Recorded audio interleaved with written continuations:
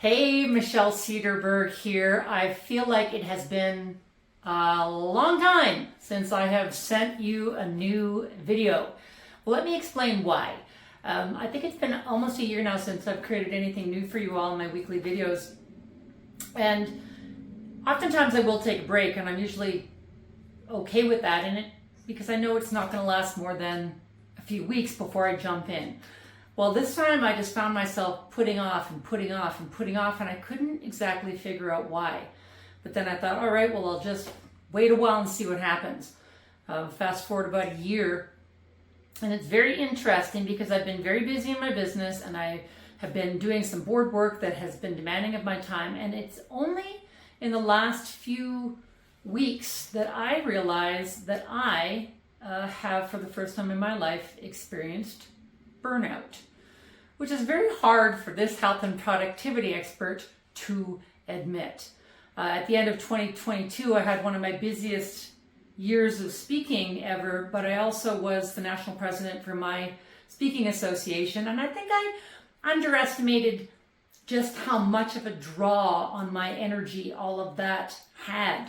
When the new year hit, I was rebranding in my business, and I'm doing all sorts of things to take it to the next level. And I really hadn't had much of a chance to just decompress.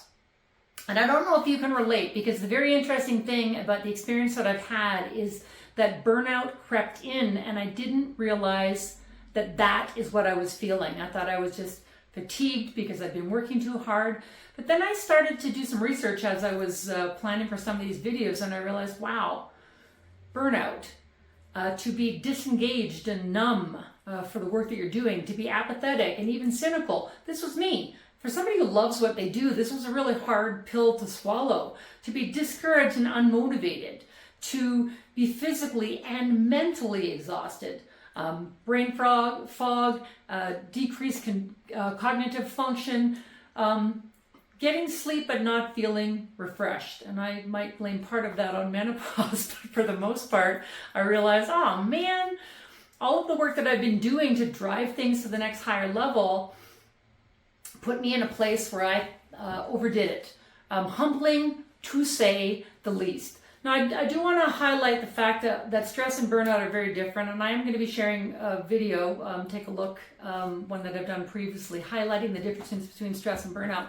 But here I am now on the flip side of it, and I am going to be reacquainting myself with all the stress and burnout information that I've been researching, and I'm going to be sharing with you because I think that we're all in this strange state in the world where work is different, where our work situations have changed, where life is piling a lot onto us, and through all of that we've also got to process news and weather and all these crazy things that are happening in the world, and it can sometimes feel like a lot.